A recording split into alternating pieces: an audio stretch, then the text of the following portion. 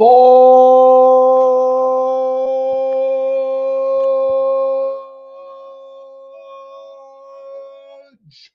gang.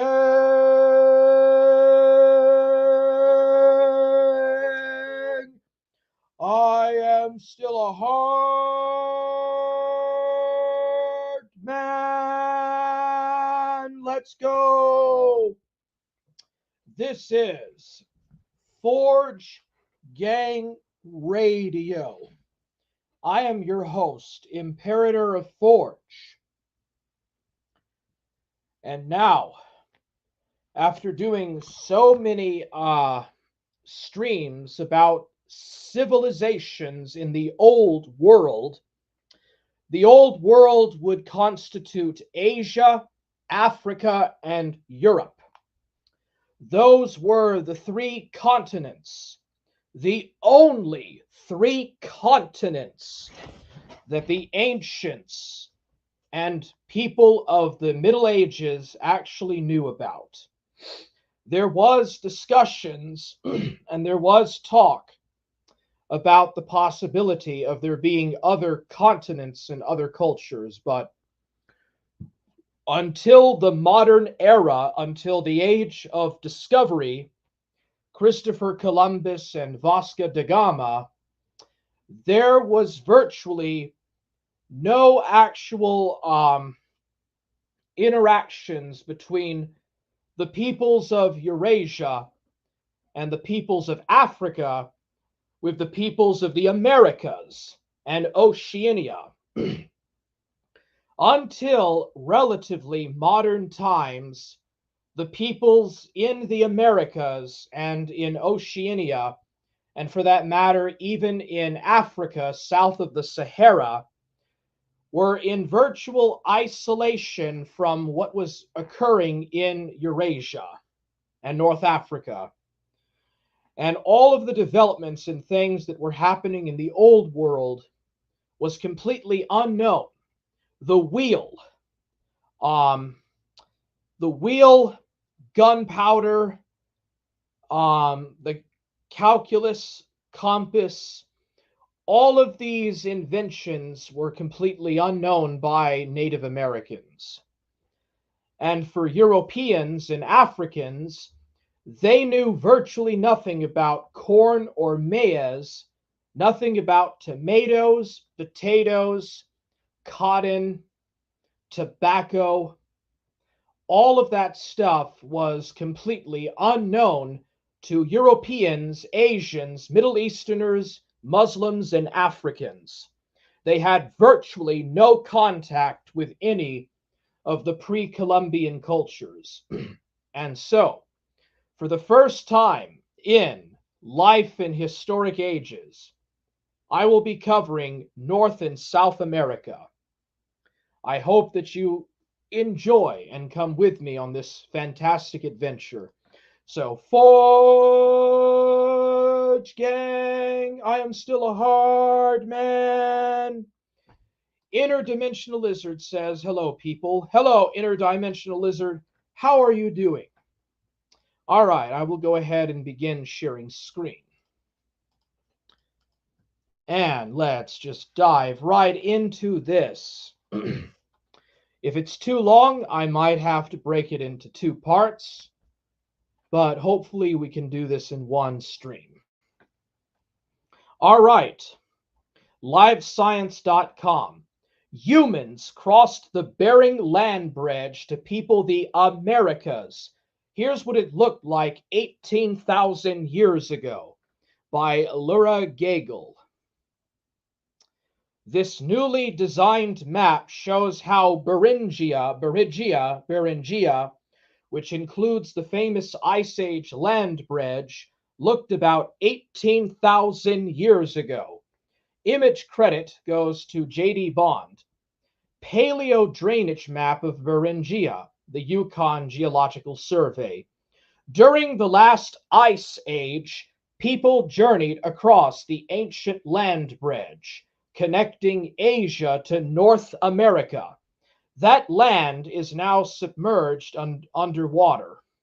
but a newly created digital map reveals how the landscape likely appeared about 18,000 years ago. In fact, the map shows all of Beringia, the sprawling region that includes parts of Russia, known as Western Beringia, Alaska, called Eastern Beringia, and the ancient land bridge that connected the two. The timing was nigh for a new Beringia map, said Geoffrey Bond, who studies the geology of Ice Age sediments at the Yukon Geological Survey in Canada. The 2008 map at the Yukon Beringia Interpretive Center was out of date, and he wanted visitors who come to learn about Beringia's Ice Age humans and animals, flora and fauna, to get a better sense of what the region used to look like. Moreover, two new data sets recently became available that helped Bond create the new map. Global satellite imagery from World Imagery and Topography of the region's seafloor, produced by the University of Alaska Fairbanks. These two newly available data sets, along with the glacial limits, distribution of ice during the last glaciation, combine for a fantastic set of base layers to create a new map. Although it's gone now, the Bering Land Bridge persisted for thousands of years, from about 30,000 years ago to 16,000 years ago, according to global sea level estimates, said Julie Brigham Greta, a professor and department head of geosciences at the University of Massachusetts Amherst. Brigham Greta, who advised Bond on sea levels and geography, was one of the many scientists who offered helpful information to Bond during the making of the map. The drop at 30,000 years ago was very rapid, with the build of the ice sheets over North America. Brigham Greta told Live Science in an email. So for most of the time, from about 30,000 to 18,000 years ago, the land bridge was nearly 1,000 kilometers, 620 miles wide in the north to south direction. That's why, in part, Bond chose to portray Beringia at 18,000 years ago, he said. After that, the ice began to recede and sea levels began to rise. At 18,000 years ago, Beringia was a relatively cold and dry place, with little tree cover, but it was still speckled with rivers and streams. Bond's map shows that it likely had a number of large lakes.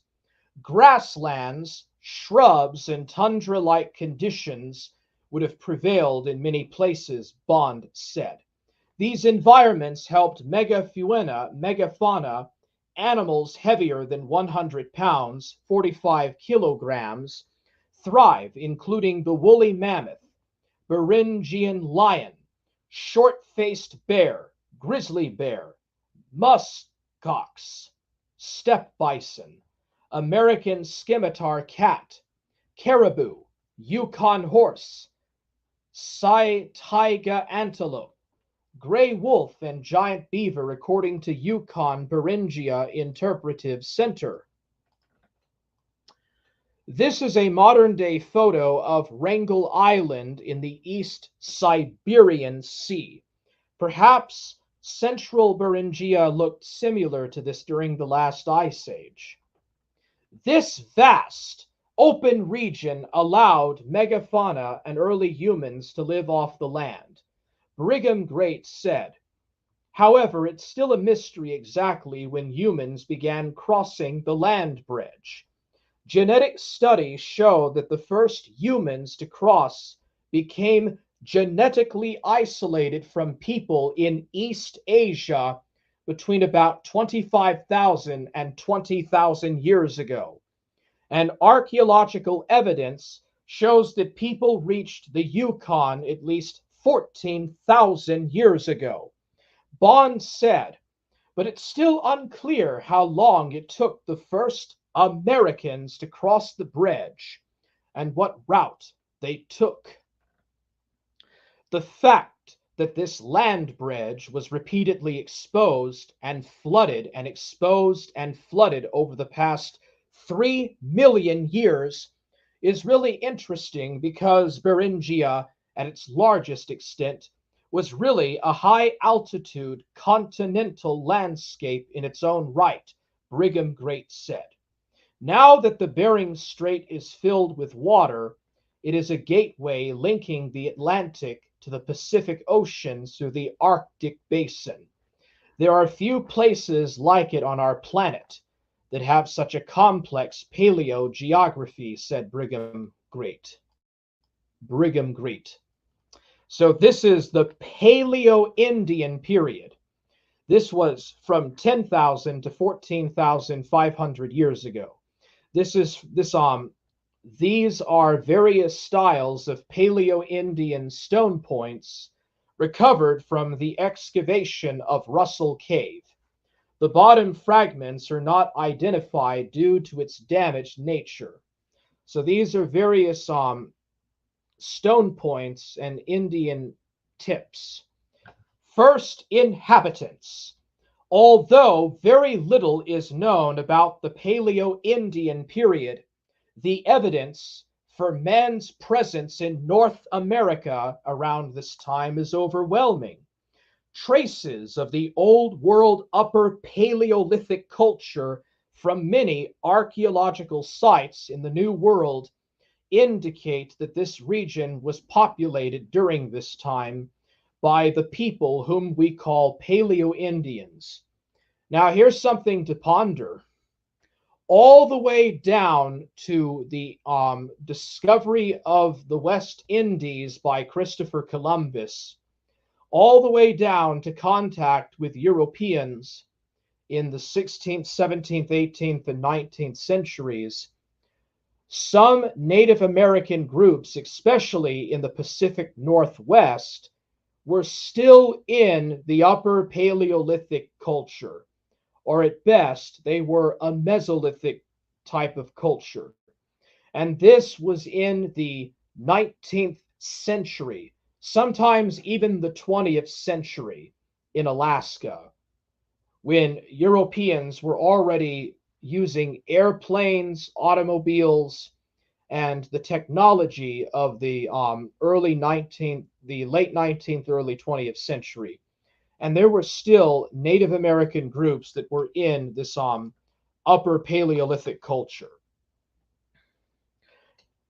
So anyways, however, despite careful excavation of numerous sites, archaeologists are still uncertain about the Paleo-Indian tradition and everyday life.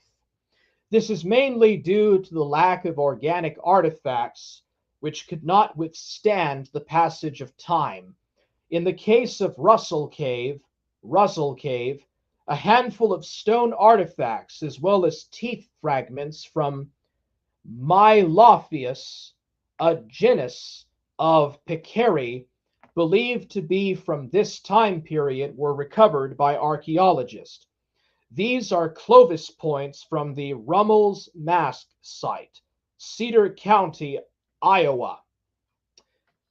Flint knapping, a stone tool shaping technique invented by those who roamed the earth a long time ago, plays a major role in the lives of the Paleo-Indian people. Flint kneppers, or kneppers, crafted spear points, knives, scrapers, axes, and other sharp-edged tools by striking a piece of chert or flint methodically with billets made from stones, antlers, and bones. Spearheads were by far the most intricate and complicated to make. Each point would take a considerable amount of time and effort to complete. These were usually elongated, razor sharp on the upper 3/4 portion and purposefully dulled near the base, to prevent the bindings from being cut when the point is haft or attached to the fore shaft of the spear. The Clovis point, 11,500 to 10,500 BCE, is perhaps the most well-known example of such tool, and once believed to be the earliest in North America, is now trumped by a collection of points discovered from Cooper's Ferry site in southwestern Idaho by a team of archaeologists from Oregon State University.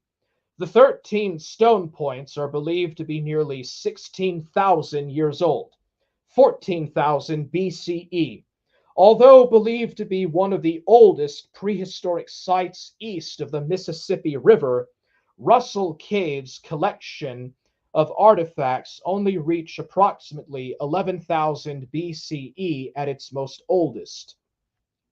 However, there were a couple of broken stone points that were not identified due to uncertainties, but it is possible that they are the prized Clovis point, or a similar point in the same era.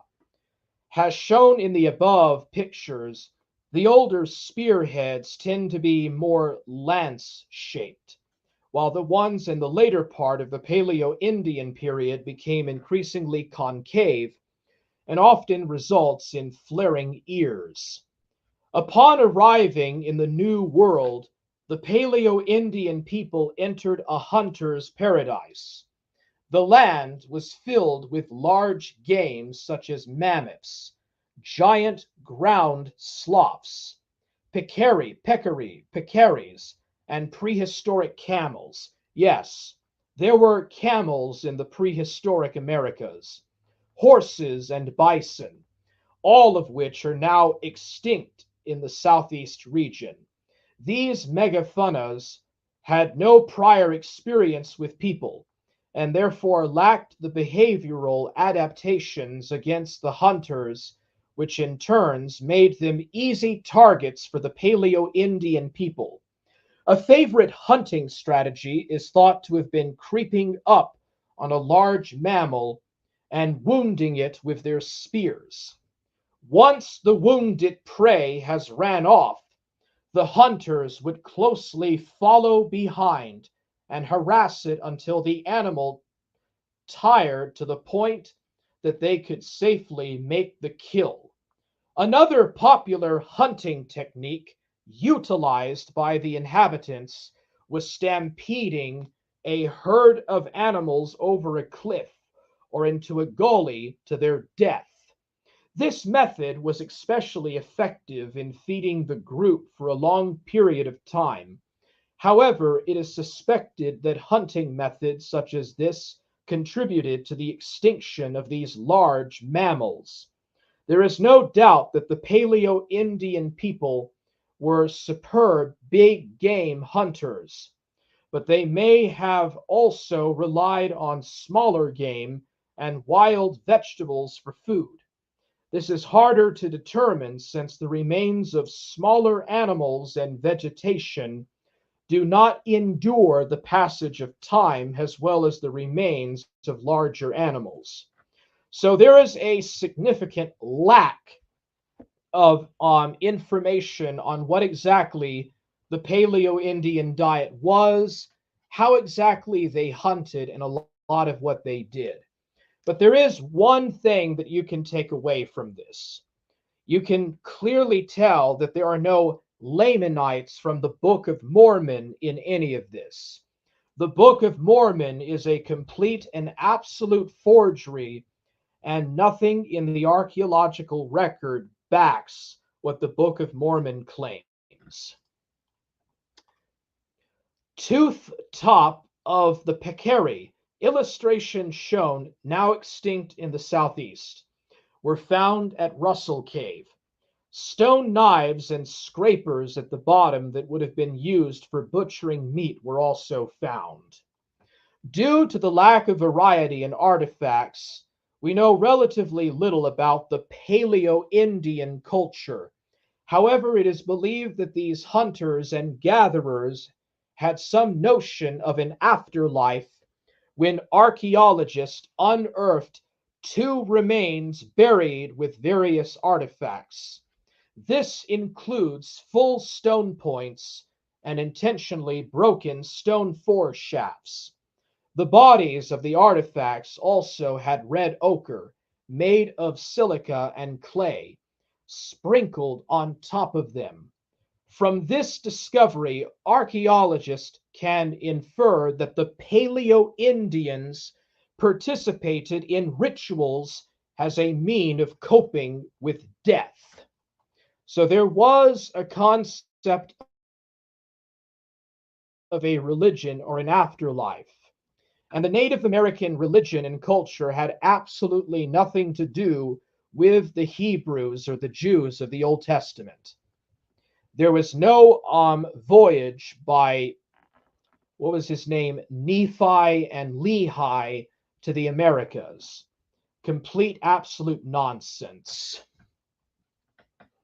All right, so some Native American time periods and artifact sequences.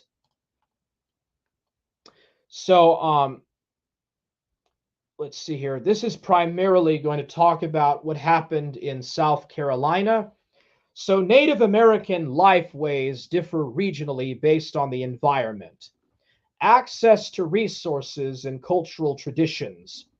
Therefore, in order to interpret archaeological sites and artifacts, archaeologists and anthropologists identify basic shifts in culture, social organization, and subsistence methods in Native American life.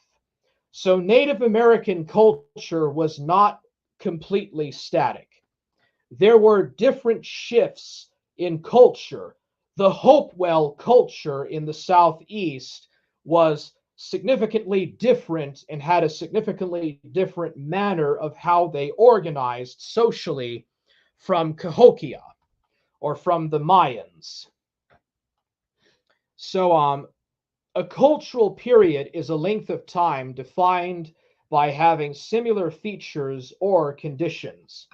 In South Carolina, these are commonly defined as including the Paleo-Indian, Archaic, Woodland, and Mississippian periods. These time periods often overlap, and archaeologists frequently further divide these cultural periods for a more defined understanding of cultural change.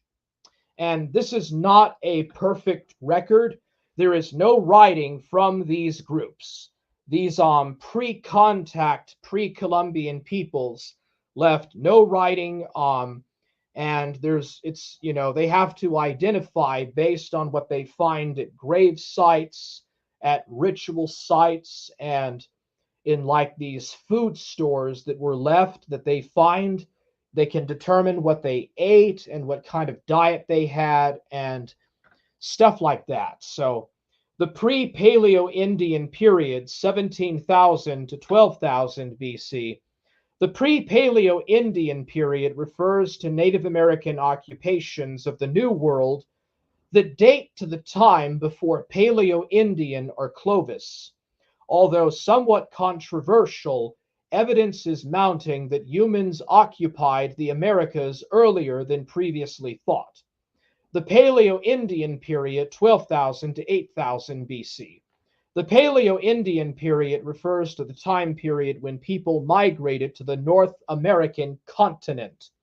People during this period were nomadic hunter-gatherers who subsisted on foods obtained from the wilds, from foraging and hunting species that are not domesticated.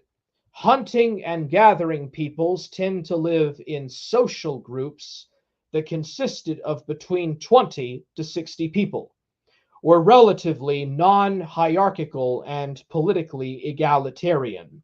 Early evidence of these peoples includes Clovis points, which are long, fluted chipped stone projectile points. In South Carolina, an example of an early Paleo-Indian site is the Allendale Paleo-Indian site.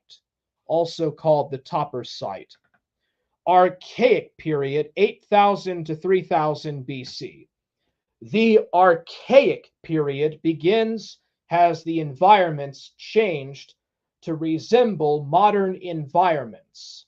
So this is after the Ice Age has ended.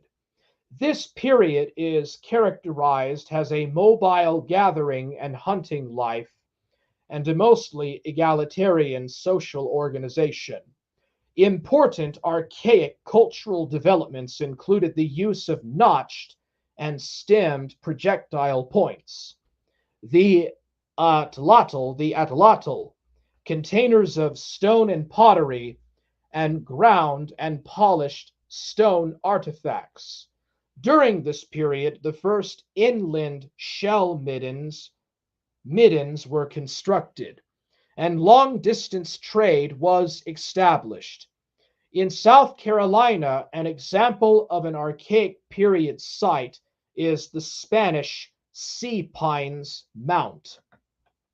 Woodland period, 3000 BC to 1000 AD.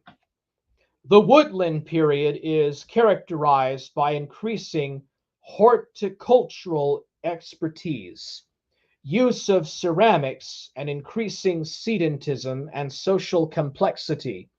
When compared to the previous archaic period, pottery technology improved, allowing containers to be made in a variety of shapes and sizes for cooking, storing, and serving food.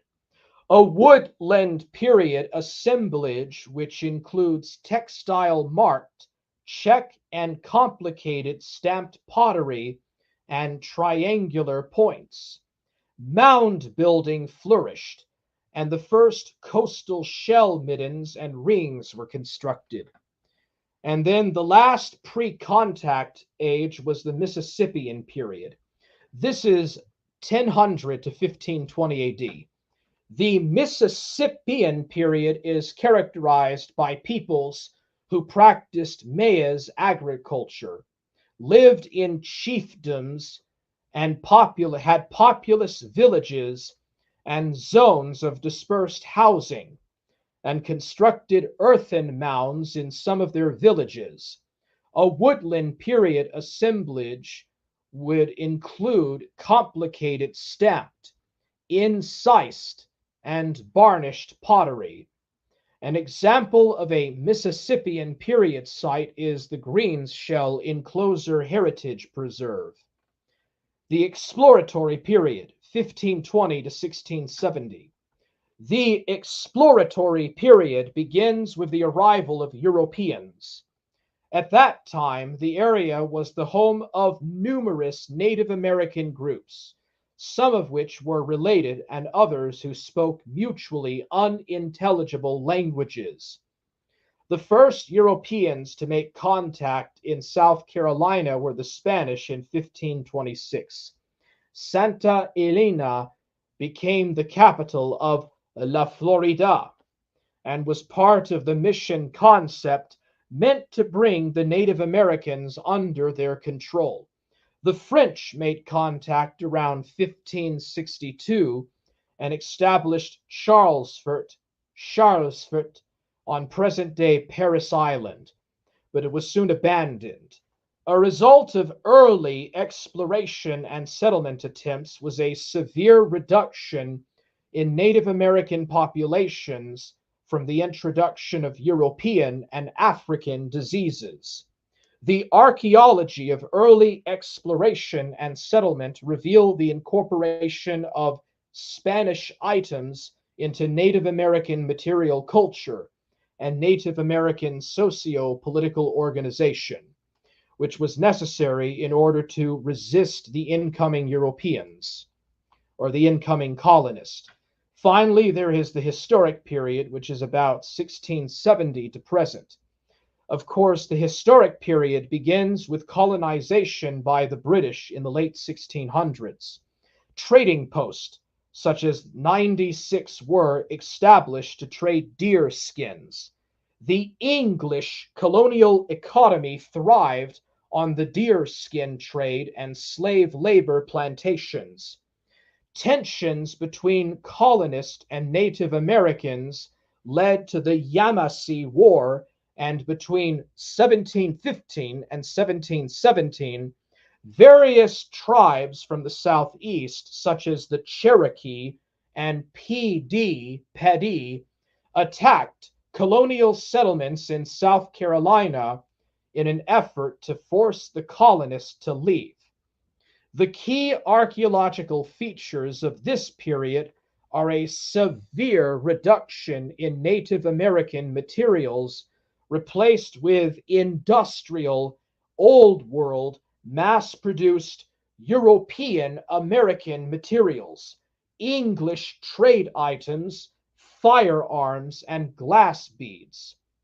Unable to resist the encroachment of white settlers demanding land, many Native American tribes were forced to migrate to Indian Territory.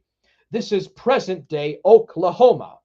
However, the Catawba were granted a reservation in 1763 and remain in the state to this day. So I kind of wanted for this first part of the stream to kind of explain like the bare minimum historical or prehistorical analysis of what the more less civilized tribes, especially in what is now the current eastern United States, were doing. But what was happening in Mesoamerica? So in Mesoamerica and Central America, from 8000 to 2000 BC, hunters roamed the landscape, subsisting on large mammals and gathering plants and other natural resources. Incipient agriculture, and we don't really know exactly when they started to practice agriculture in Mesoamerica, but it's significantly later compared to the Middle East, for example, and India, the Hindu Kush Valley. So incipient agriculture begins in about 5000 BC, and over the next 1,000 years includes low-intensity crops such as chili peppers, avocados, and beans. Excavations in the Tehuacan Valley in central Mexico have uncovered small cobs of zea maize, or corn, dated to around 3000 BC. It probably had little nutritional value at this stage, but by 2000 BC, corn is one of the staple crops of Mesoamerican society and remains so for thousands of years. And even today, a lot of Mexicans eat corn and add corn into their food recipes. So this is some of the key events of what led to the increasing sophistication of this new civilization. So in 7000 BC, American archaic cultures are those that occur between Paleo-Indian hunters and the peoples who have realized some combination of pottery making, burial mound construction, and garden technology. The combination varies from area to area, and so this is when the Archaic period started in Mesoamerica. In North America, in the eastern North American states, it happened considerably later, or much later, like in 1000 BC. 5000 BC, settlements are established on the shores of the resource-rich lakes in the basin of Mexico, where early gardening efforts are undertaken. 4000 BC, shell mound sites are occupied in the coastal estuaries of the Soconusco region of the Pacific central plain of Mexico and Guatemala, circa 3114 BC. The mythic base date, August the 13th, 3114 BC of the Maya long count calendar begins. The Mayan calendar begins in this time period and ends in 2012 AD. 3000 BC, an early form of corn is identified in the valley of Tehuacan in southern Puebla, northern Oaxaca states, and subsequently evolves into a highly productive plant food.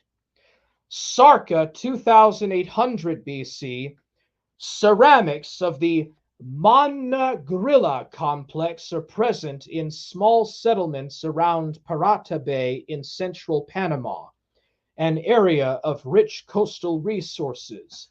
Technologically conservative, Manna-Grilla ceramics are made for many hundreds of years. Circa 2300 BC, Tlapacoa, also known as Xochipilco, a significant island community on Lake Chalco in the basin of Mexico, yields the earliest yet identified ceramic figurine in Mesoamerica. And so what can be taken away by this is that we are beginning to see a significant increase and sophistication that will lead to the rise of the first Mesoamerican states.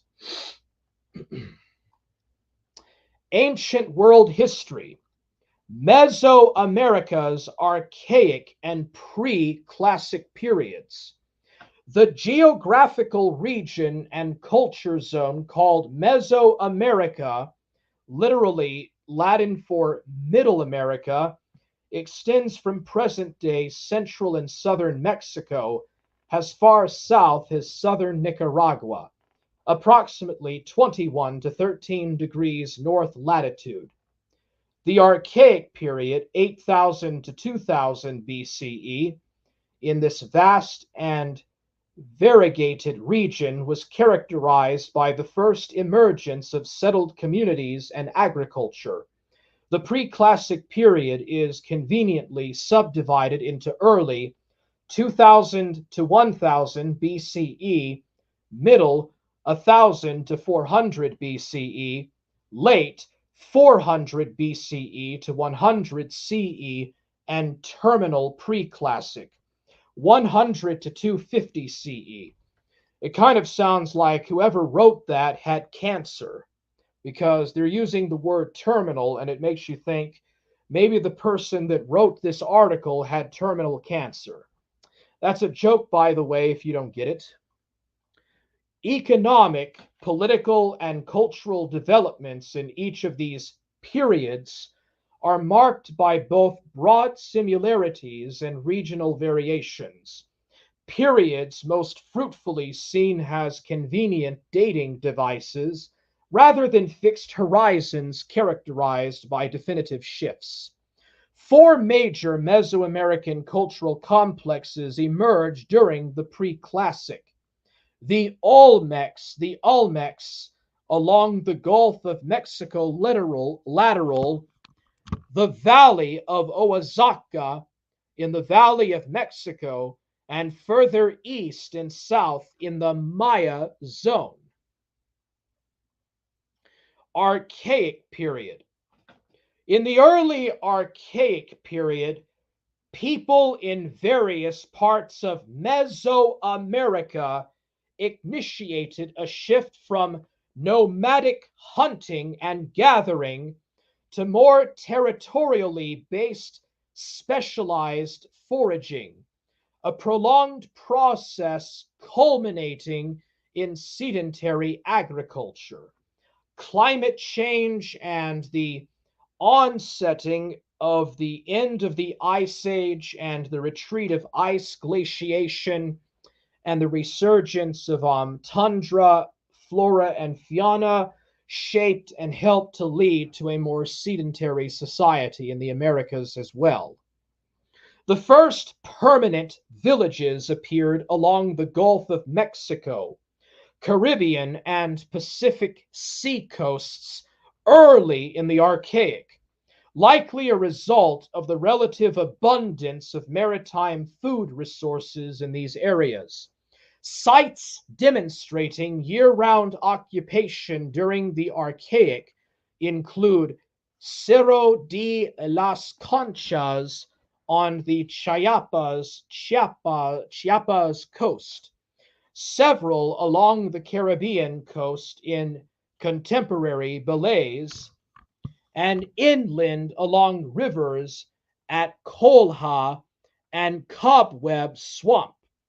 While the precise origins of Mesoamerican agriculture remain obscure, scholars agree that over many generations, people in two principal regions domesticated several species of wild plants during the Archaic that later served as the agricultural basis of pre-classic and classic Mesoamerican civilizations, most notably maize, squash, beans, and chili peppers, usually grown together in a milpa. And by the way, this is the first time that these plants were used and farmed by humans. Native Americans or Mesoamericans were doing this 3,000 years before the first Europeans, Asians, or Africans ever grew or used these crops.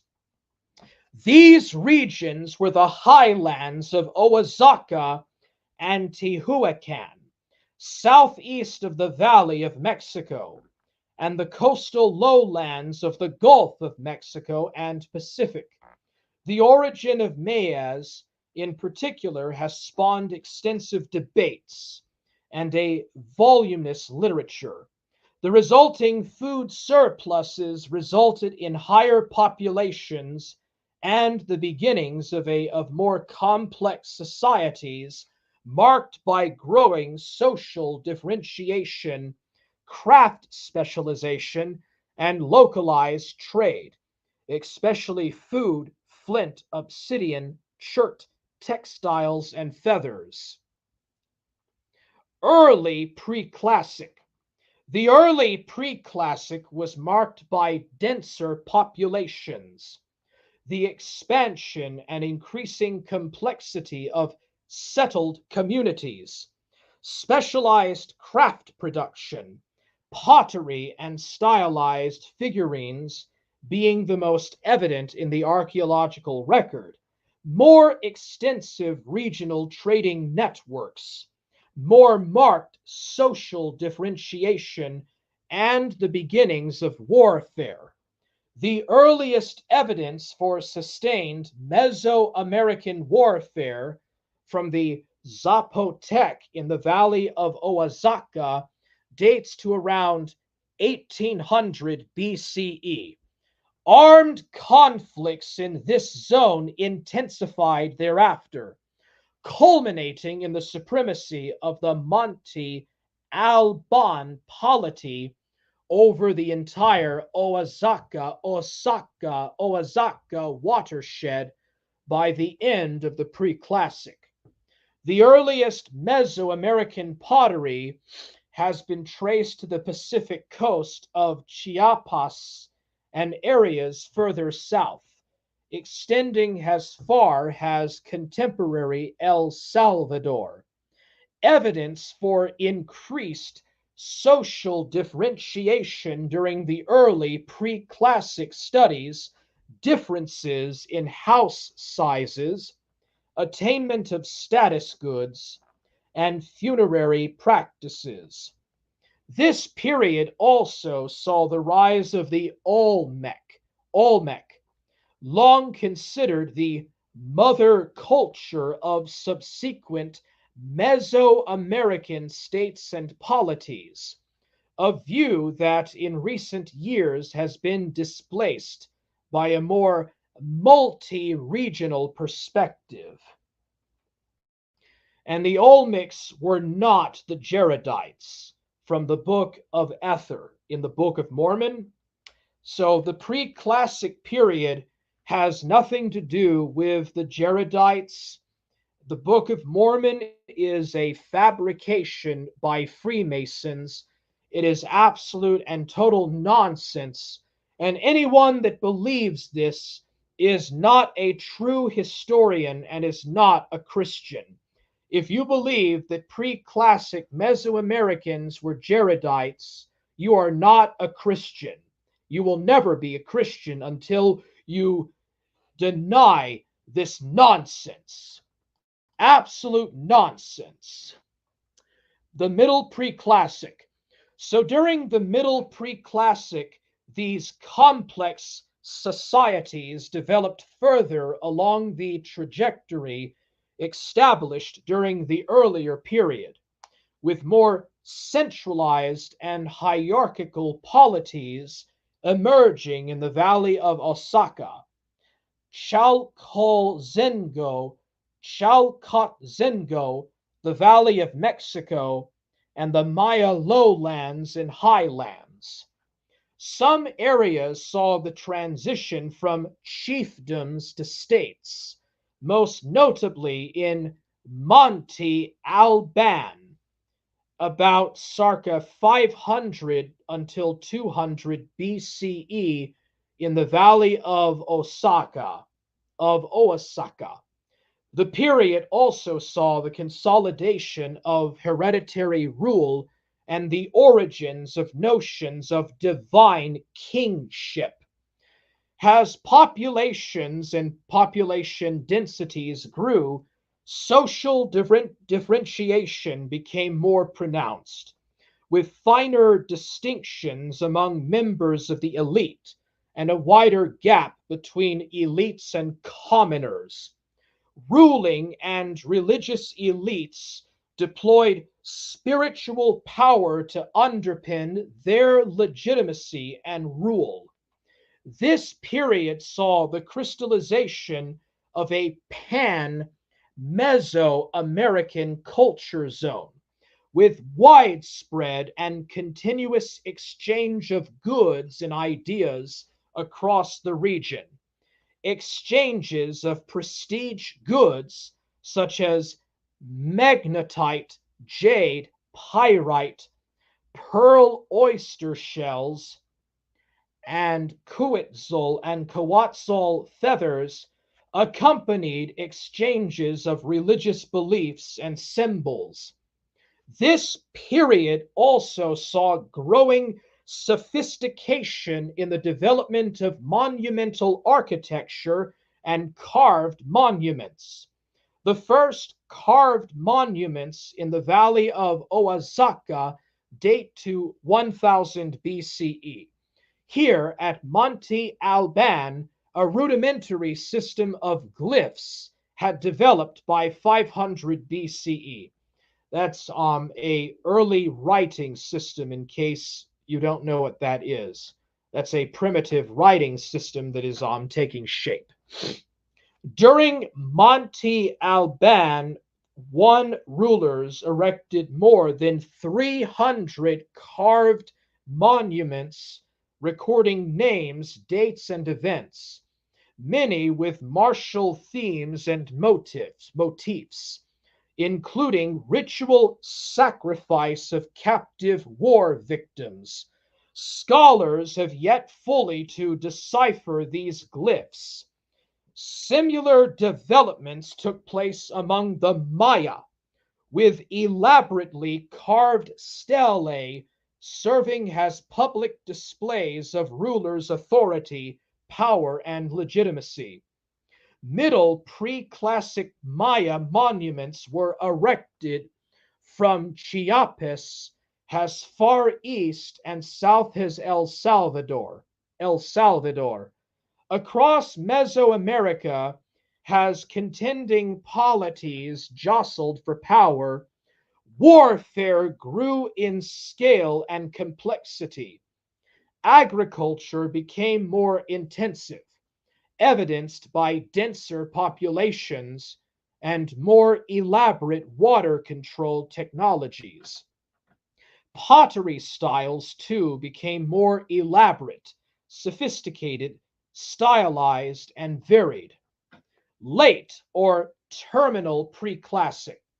The late preclassic, characterized by a veritable urban revolution, laid the groundwork for the florescence of states and polities during the classic period.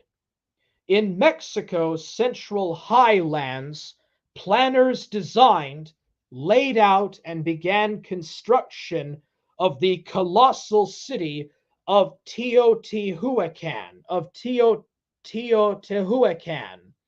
which came to dominate much of Mesoamerica during the early classic period.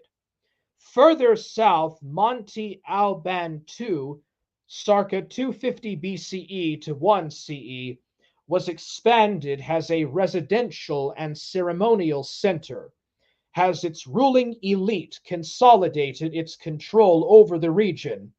In the north and west, in contemporary Nayarit, Jalisco, and Colima, urbanization, state building, and attendant monumental architecture were of a lesser scale, with pottery and artistic styles along with funerary practices, exhibiting distinctive regional variations. In the east, along the Gulf Coast, the Olmecs center of Tres Zapotes continued to thrive, while the adjacent urban centers of La Venta and San Lorenzo waned in influence and power. The most stunning achievements of the late pre-classic took place among the Maya, where advances in writing, mathematics, astronomy, architecture, urban planning, warfare, and related spheres presaged the later developments of the classic period. And so, this is where the name of life in ancient Mayan civilization derives from. Hey, what's up, Code of Truth? Can you guys hear me in chat? Can you hear me loud and clear? Code of Truth says, Forge Gang, hardest men. We are Forge Gang. We are the hardest men in the sector. And right now, I am proving beyond a scientific doubt, that the Book of Mormon is fictitious. The Book of Mormon is a work of fiction. There is no mention of horses, chariots, copper, bronze, or iron swords and weapons. There is no mention of anything even remotely related to the Book of Mormon. Maya society. Social classes. So the Maya had a class society.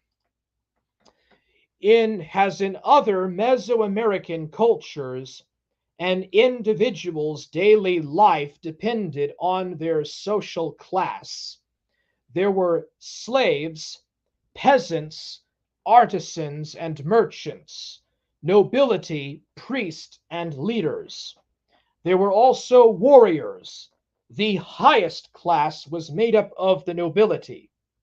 Aside from the king, nobles included priests, scribes, government officials, and elite warriors. The middle class was made up of craftsmen, traders, weavers, potters, and other warriors. At the bottom of the social order were farmers, other workers and slaves. So from left to right above are clay figurines representing a Maya king, priest, costumed nobleman, seated woman, warrior, and commoner. As you learned in your last lesson, the Maya social structure was fairly rigid, without much room for mobility, even from one generation to the next. From the king down, for instance, the job of a Maya man was inherited from his father.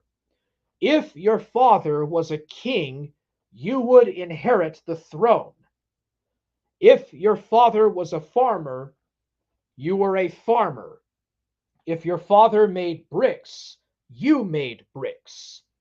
There were some exemptions, but they were rare. There was somewhat more flexibility for women. Some women were involved in government, economics, and religion. At the same time, however, they were still responsible for taking care of the children and managing the home, just like their mothers. Slaves.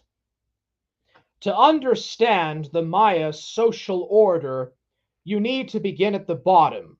Slaves were the lowest class in Maya society. They were usually orphans, war prisoners, criminals, or the children of slaves.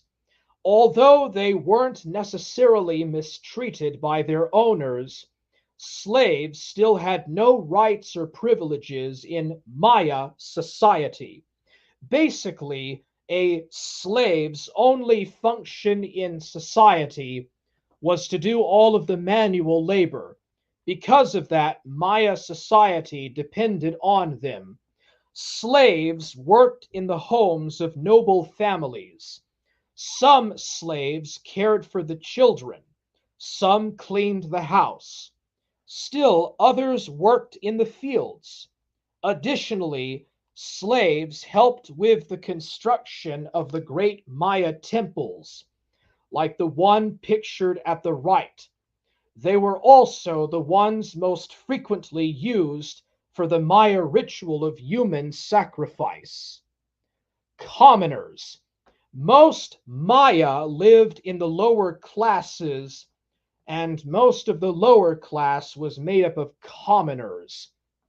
Because the Maya depended on agriculture for food and for trade, most commoners were farmers during the growing season.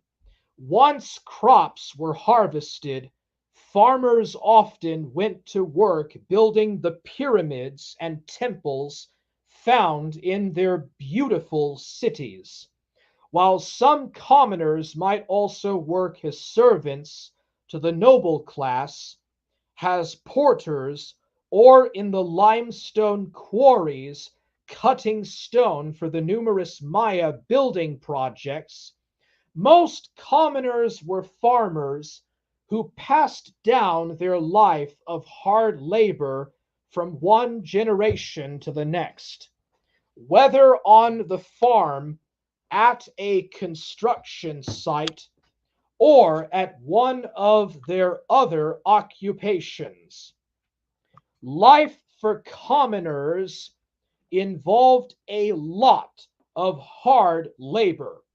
The Maya did not have metal tools, or pack animals such as horses or oxen to help with the plowing. So fathers and sons worked their land mostly by hand. The use of stone axes helped a little, and when a sharp edge was needed, they fashioned cutting tools from obsidian or flint.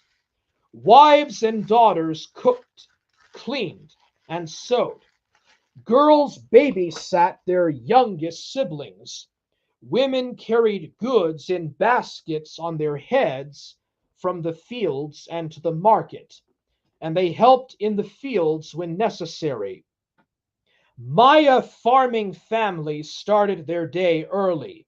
Men and boys would head to the fields or the latest building site, and women went to work in their homes, cooking, grinding corn, raising the children, tending gardens, checking beehives, and weaving cloth for their own clothes and for the market.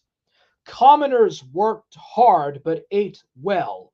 Breakfast consisted of hot corn porridge flavored with either chilies or honey.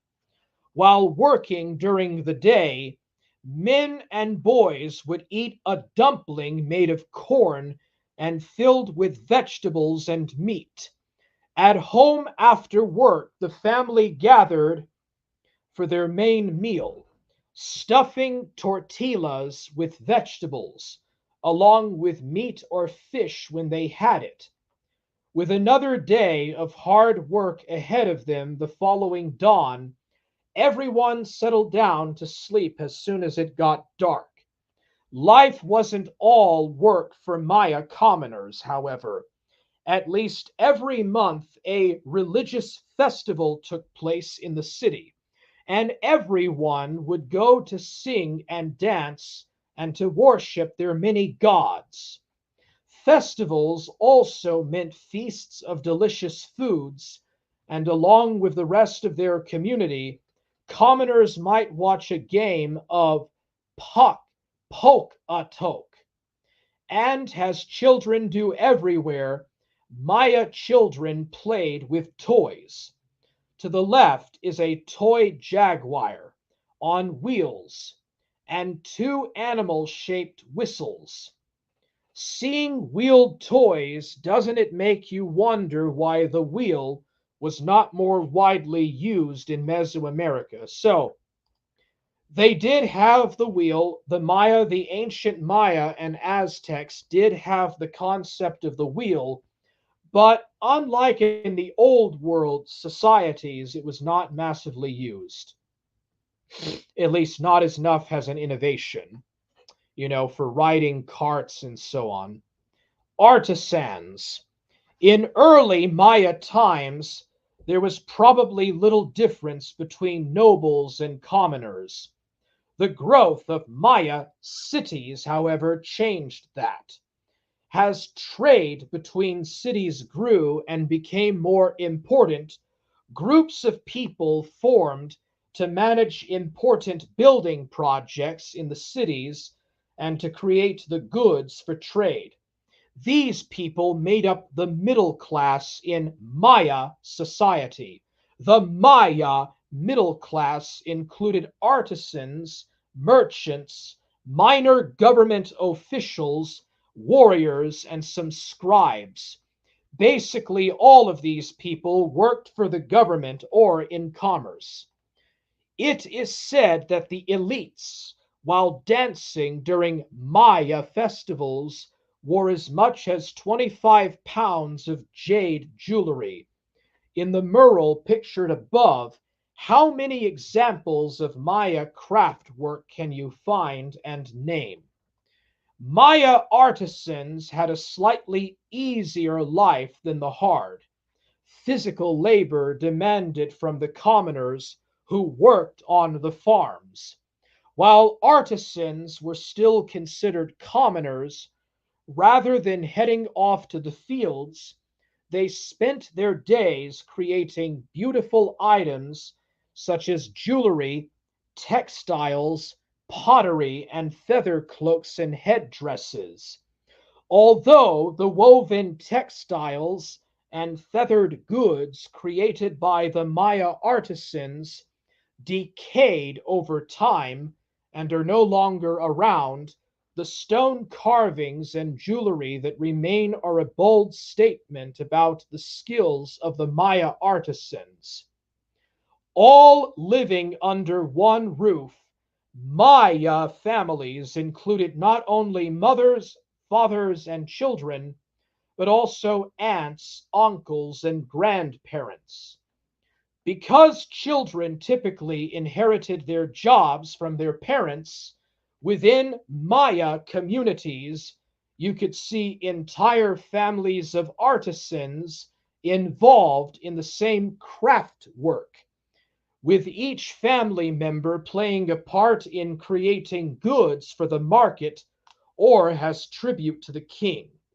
While families of artisans might live in slightly bigger houses, the pattern of their daily life was much the same as that of the farmers.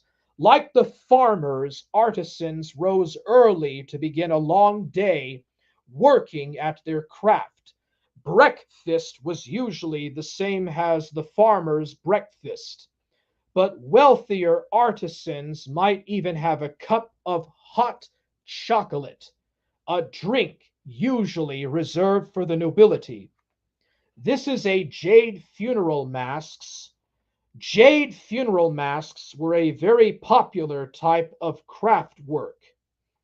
Above is the funeral mask for Pakal, Pakal the Great, king of Palenku. And this is actually the thumbnail of this stream. After breakfast, work began. Carvers might go to a new temple complex to begin work on a stele, a great stone column that celebrated the king's life and deeds, or important events in the life of the community. Feather workers might go to the market to see if hunters or rare bird breeders had any feathers to sell. Those who made jewelry or pottery probably worked at a home studio or in a common building dedicated to their craft. While most of the goods produced by Maya artisans were of the noble class and royalty, artisans could also sell their goods at market with the profit going to the family. Once they had paid tribute to their king and taxes to their community, artisans could use the remainder of what they earned to improve their lives. Usually that meant improvements to their home, better food, and or fancier jewelry or clothing. Standing an impressive 12 feet high, these two stelae at Coringia tell the Maya creation story in great detail. Merchants. Farming formed the core of Maya civilization. With the growth of large cities during the classic period, however, trade became equally important. Indeed, trade was so essential to the Maya that they even had a god devoted to merchants and traders. The name of the Maya god of trade was Bolon Kukte Ko'oa. Ko'ukte Ko'o. Prior to the growth of cities, most Maya lived in small villages that were easy to sustain with the food grown and with the work done by the villagers themselves. As cities grew and the population stretched into the tens of thousands, the only way to meet local needs was by trading with other villagers and cities. Bolon Ku Te Ko'oa, the Maya god of business, is pictured with the ears of a jaguar above on the left. Bolon Koyukte, Bolon Yukte Kyo ruled all commercial transactions in the ancient Maya Empire. Maya merchants traded two kinds of goods: items for everyday use and luxury items. Everyday use items included things such as salt, which was especially important. in their hot climate, food, clothing, and tools. Luxury items were the things that royalty and nobles used to show off their wealth and power. Those items included jade, gold, beautiful ceramics, jewelry, and feather works. Luxury items often followed longer trade routes. Long distance traders took their goods along established trade routes that stretched from Mexico in the north through Central America and even down to South America. Maya traders even reached Cuba and the islands of the Caribbean by traveling in canoes so large that they could hold up to 20 people plus trade goods. When talking about Maya trade, it is important to remember that they did not have money. Therefore, trade was literally just that, trade. Maya merchants exchanged items that they had in surplus for items that they needed. Not everything that was traded, however, was of equal value. In fact, the more rare, sought after, luxurious items could be worth considerably more than common items. For instance, just 1 ounce of Quetzal feathers could get you 50 pounds of corn. 1 ounce of cocoa beans could get you 2 pounds of corn. And 1 ounce of gold could get you 20 pounds of corn. Corn was traded a lot, as you can probably see. Well established trade routes linked Maya cities. Larger cities required food to be brought into markets from outside of the city. Most food was grown locally, but what wasn't grown nearby had to be brought in through trade with other city states or tribute to a city's king. Most food was traded regionally or in local markets. Food items brought to the market included turkeys, ducks, dogs, fish, honey, beans, and fruit. In addition to foodstuffs, Maya merchants also traded both raw materials and manufactured goods. Raw goods included jade, copper, gold, granite, marble, limestone, and wood. Manufactured goods included textiles, especially beautifully embroidered cloth, clothing, feather capes, and head dresses, paper, furniture, jewelry, toys, and weapons. Specialists such as architects, mathematicians, scribes, and engineers sold their services at the market as well. How did Maya warriors prepare for battle? Warriors! For years, it was believed that the Maya were mostly peaceful, fighting only occasional wars for captives to be used in human sacrifice. Evidence from more recent archaeological digs, however, suggest that during the late Classic period, 600 to 900 CE, war was a nearly constant state of affairs for Maya kings who were after more land, natural resources, and the control of trade networks. The clay figures above show different aspects of a typical warrior's kit. Notice the heavy cloth armor on the left, and the noisemakers attached to the shield on the right. Because of the nearly constant warfare that evolved, well-trained warriors were important to the Maya way of life, and the job of the warrior was highly respected. The Maya were fierce warriors. Before they went into battle, warriors created a confidence-building shield.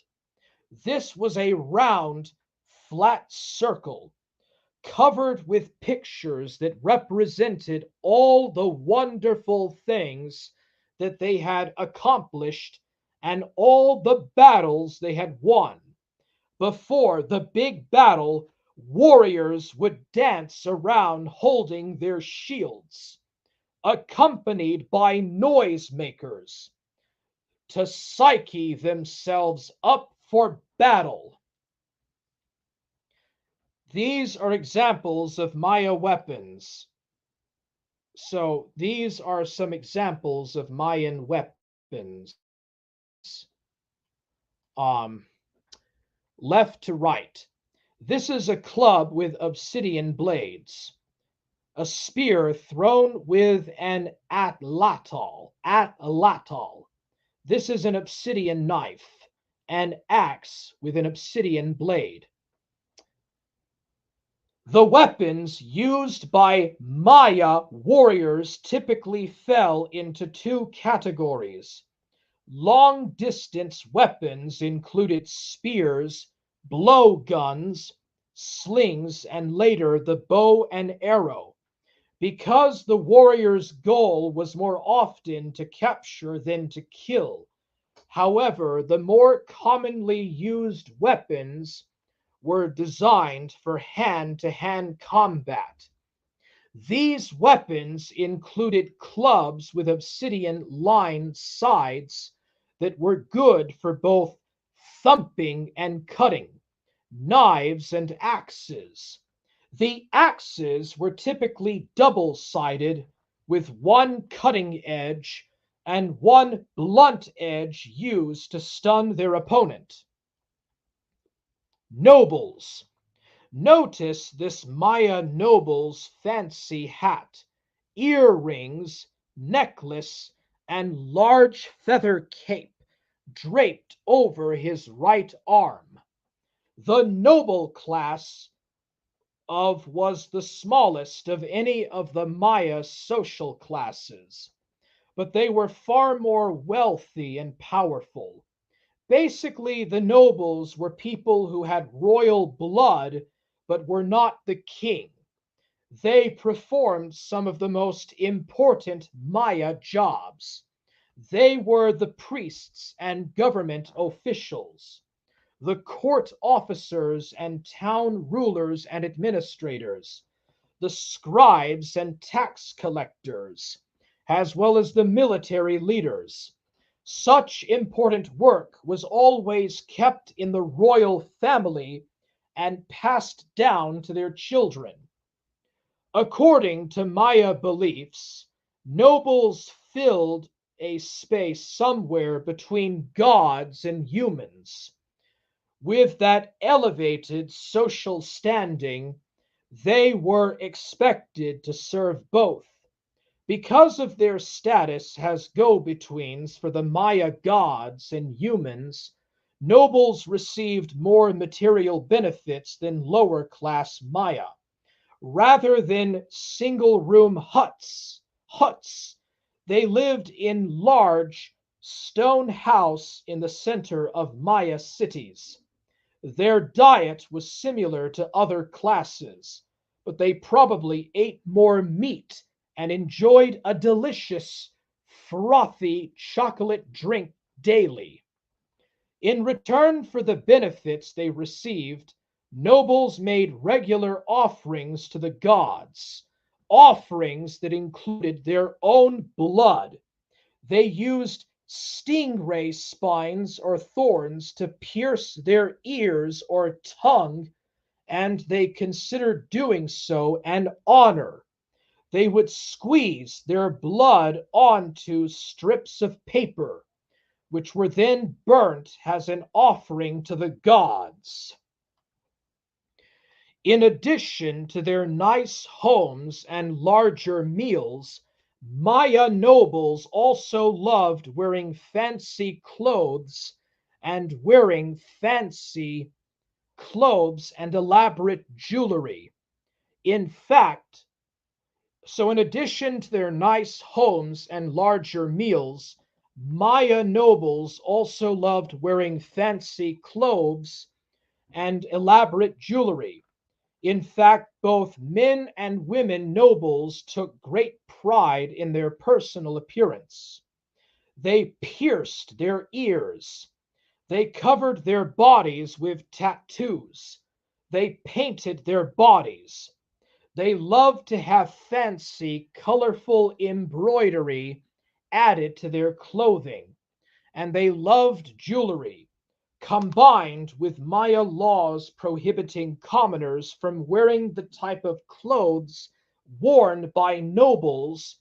Their fashionable extravagance made Maya nobles easily recognizable. Of all their fancy clothes, a point of special pride for Maya nobles was what they wore atop their head.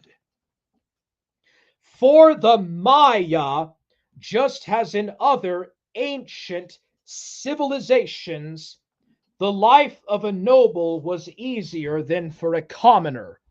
A noble's life wasn't without drawbacks, however. If a noble was captured in a war, they were more likely to be tortured and sacrificed to the gods, while captured commoners would also be sacrificed. They were more likely to end up as slaves. Priests. Religion was at the heart of nearly all Maya activities.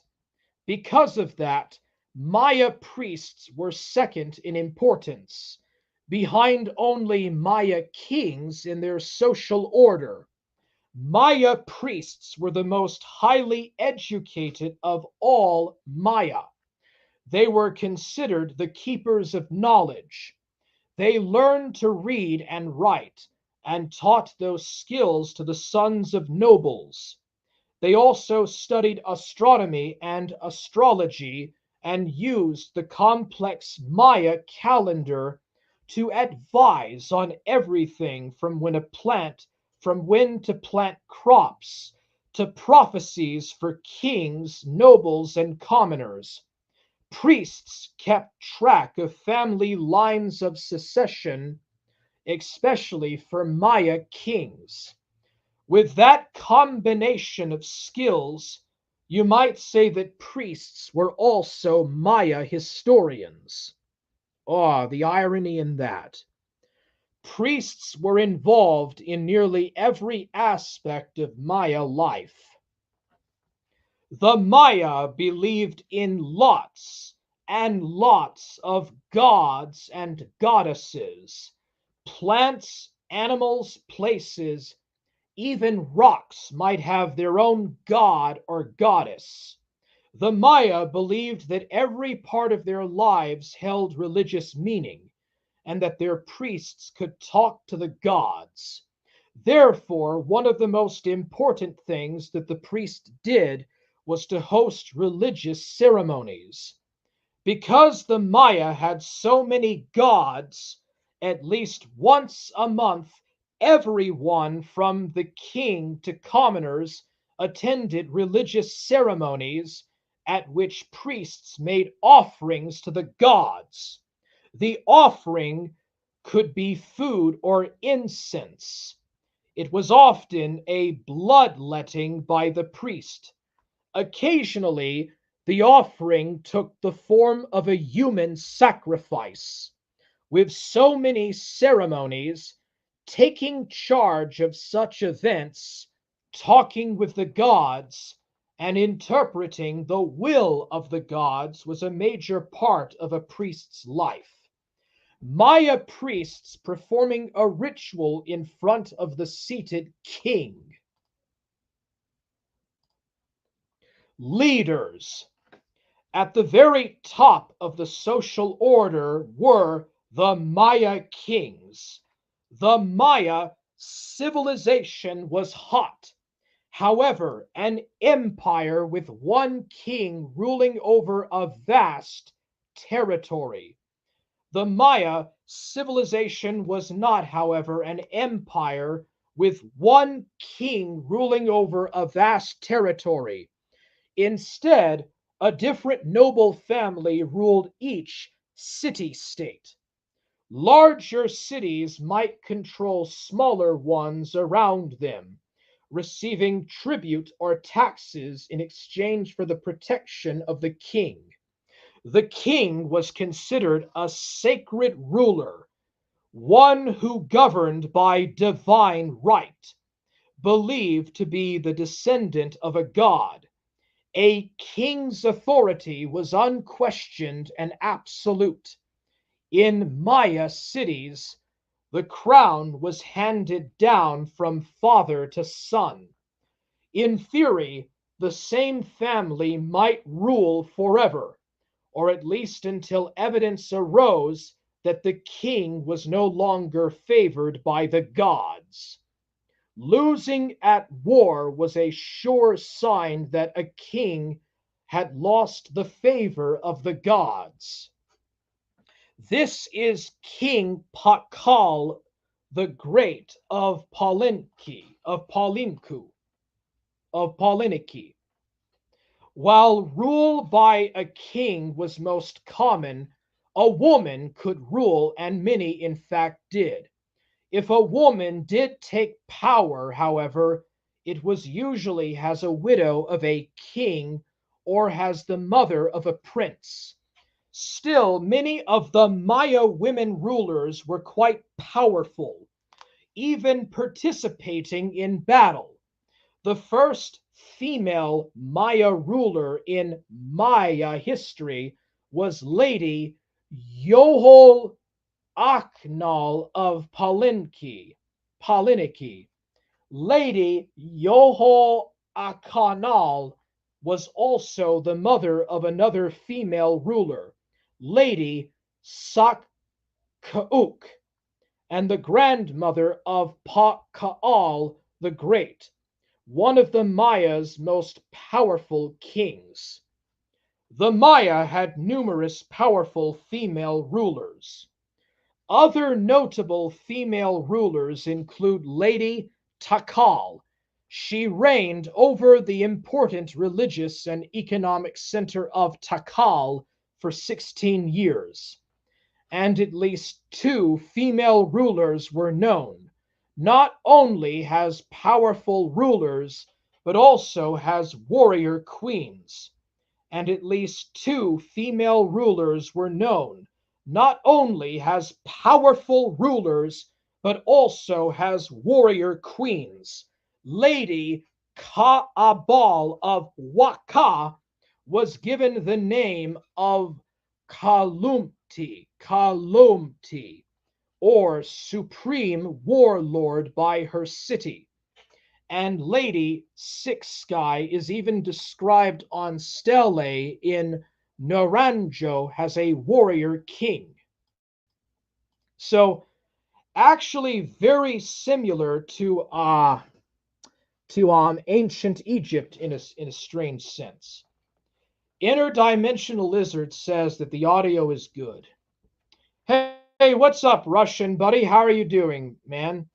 The Russian says, Blyat. Hello, how are you doing? Gyada. Russian, this is Russian Guyada. I'm going to take a look at what that is. Guyada. Yeah, how are you doing, Russian bro? Not really talking about Russian medieval Russia though. All right, so Gyada says, got this.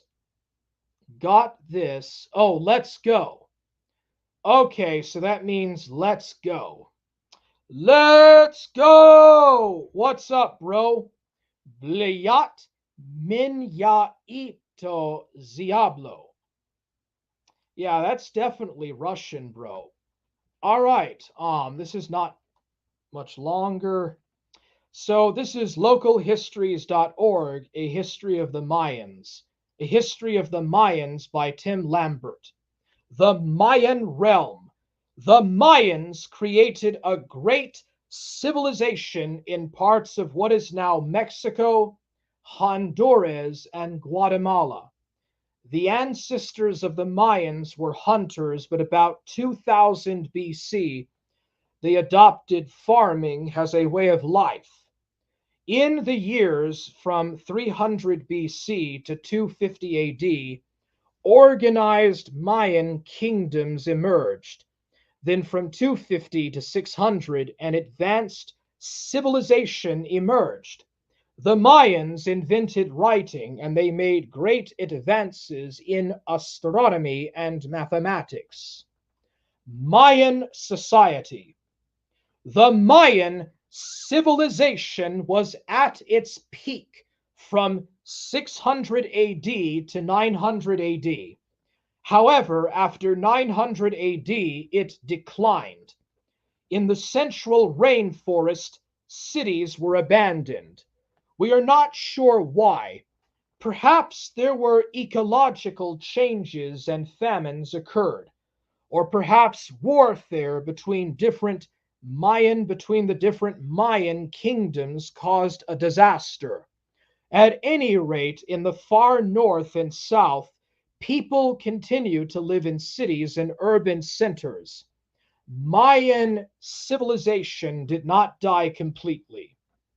Then, in the 1520s, Spanish conquistadores invaded and conquered the Mayans. However, the descendants of the Mayans continue to live on today.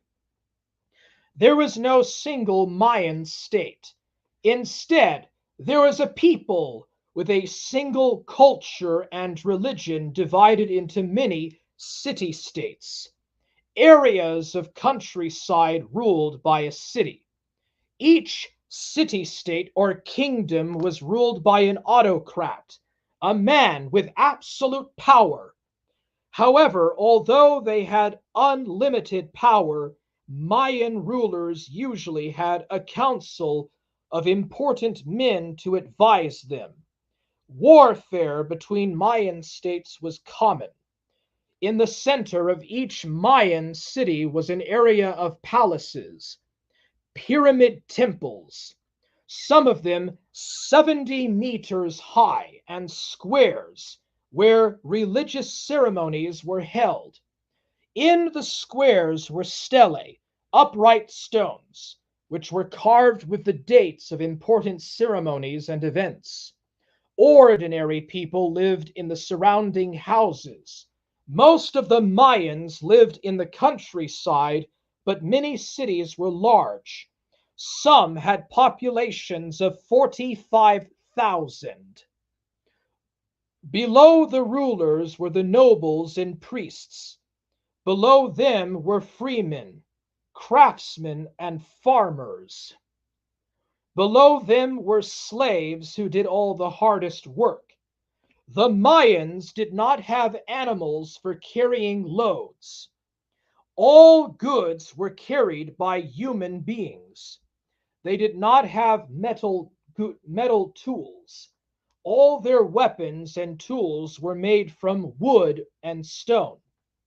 However, despite all of these drawbacks, the Mayans invented a system of writing using pictures or pictographs to represent sounds. Writing was painted onto books made from fig tree bark. It was also painted on pottery. Unfortunately, the Spaniards burned many Mayan books, so little is known of their history.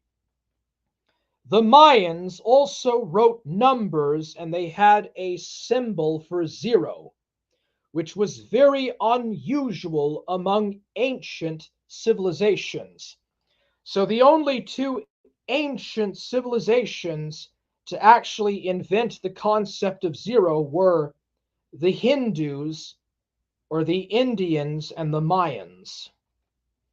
And without the Arabs carrying this knowledge of the numeral system to Europe, the Europeans would have never had this concept ever.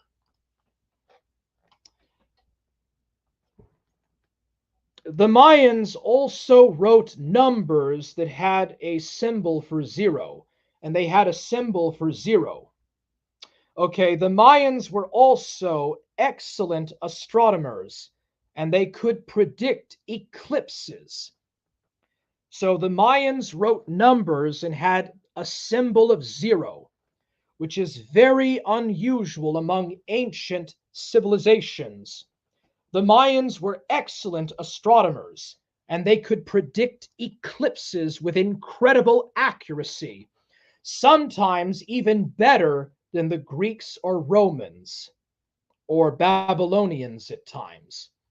That's something to think about right there. Mayan food. The Mayans practiced slash and burn agriculture. They cut down an area of rainforest and burned the trees. The Mayans sowed crops in May and harvested them in November.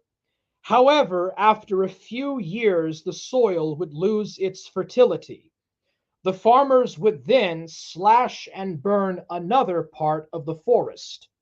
Meanwhile, the abandoned area would become overgrown again. Mayan farmers also drained swampy areas for farming. They dug canals for irrigation. Farmers did not have plows, but they did use digging sticks. Maize was the staple food of the Mayans, but they also grew beans, chilies, sweet potatoes, and squashes. They also ate fruit like papaya, watermelon, and avocados. They ate animals like deer, turkeys, dogs, peccaries, wild pigs, and a kind of rodent called an agouti. Now, if you remember earlier in the stream, I talked about how Paleo Indians also hunted and ate peccaries. They also fished. The Mayans also kept bees for honey. In the mornings, Mayans ate a porridge made of maize and chilies called saka. During the day, they ate dumplings made of maize dough with vegetables or meat inside of them. The dumplings were called tamales, and they were wrapped in leaves from maize plants. The main meal was in the evening. The Mayans ate maize pancakes called tortillas. They were eaten with stew made with vegetables and sometimes meat. The Mayans drank an alcoholic drink called blachi. Nobles drank chocolate. Mayan houses. Ordinary Mayans lived in simple huts of wood or stone with thatched roofs. They had no chimneys or windows. They did not have wooden doors either. Instead, doorways were hung with cloth screens. There was very little furniture. Mayans slept on beds, which were low platforms made of a wooden frame filled with woven bark. Dead people were buried under the floors of their houses. Rich people, of course, lived in far more elaborate homes with many rooms. Mayan clothes. Living in a hot climate, both sexes wore simple cotton clothes. Men wore a loincloth. Women wore a long cotton dress called a huapul. If it turned cold, both sexes wore a cloak called a manta. Mayans wore leather sandals. The Mayans were short, stocky people with dark hair. Both sexes wore their hair long and tied back. They believed that flattened foreheads were beautiful. While their skulls were still soft, babies had wooden frames attached to them to flatten them. The Mayans also believed that being cross-eyed was attractive, so they tied a bead on the front of a child's head so it dangled between their eyes. The child would get cross-eyed by looking at the bead. The Mayans also tattooed themselves and they filled their teeth. Nobles put clay on top of their noses to make a long ridge. Rich people also wore jewelry made from jade. The Mayans also hunted macaws and parrots for their feathers, which were used to make headdresses. So it actually unironically sounds a lot like that Disney movie where that guy turns into a llama. That guy that's magically transformed into a llama. Oh, Third for the Second says, "Hello, sir. How are you doing, Third for the Second? I am almost about to be done with my stream on the Mayans. Some very unusual habits by the Mayans. Mayan children. Mayan children carried small children on their backs. They left their hands free for cooking and weaving. That left their hands free for cooking and weaving. Girls learned these skills from their mothers. They also learned to make pottery. Boys learned farming and other trades from their fathers. Both boys and girls got married in their early or mid-teens. Their parents chose a partner for them, helped by a matchmaker. Mayan religion. The Mayans were polytheists. They worshipped many gods. The most important god was the sun god. However, almost every aspect of life had its own god. There was a corn or maize god, and even a god of tattooing. The Mayans believed that it was important to keep the gods happy. To please them, the Mayans burned incense in temples. They also practiced human sacrifice. Captives taken in war were often sacrificed. If they could, the Mayans would not kill their enemies. Instead, they would capture them for sacrifice. The Mayans built many pyramid-shaped temples, and they had many priests. The priests practiced divination, fortune-telling, and carried out sacrifices. The Mayans also had religious ceremonies that involved music and dancing. The Mayans used wind and percussion instruments rather than string instruments. Like in the Old World, they played wooden flutes and trumpets and drums made from turtle shells. Only religious ceremony involved playing a ball. One religious ceremony involved playing a ball game called Pokatuck. It was played with a solid rubber ball. You were not allowed to touch the ball with your hands or feet. Instead, you had to use your knees, hips, elbows, and forearms. Players wore padding as the ball was very hard. Sometimes prisoners of war were forced to play Pocatawk and were sacrificed afterward. And finally, this is a abandoned and decayed Mayan temple. And that is the end. 1 hour, 44 minutes, and 50 seconds, and we're done. Just like that. So today I covered Beringia and how the Paleo-Indians got into the Americas. I didn't really talk about the Tower of Babel, the Tower of Babel, the confounding of languages in Genesis, and how those people made it into Northern Asia, the Far East, crossed the Pacific Rim into North and South America and the Caribbean. But I did cover some of the different aspects of the Paleo-Indian, archaic, woodland, and pre-classical and classical periods.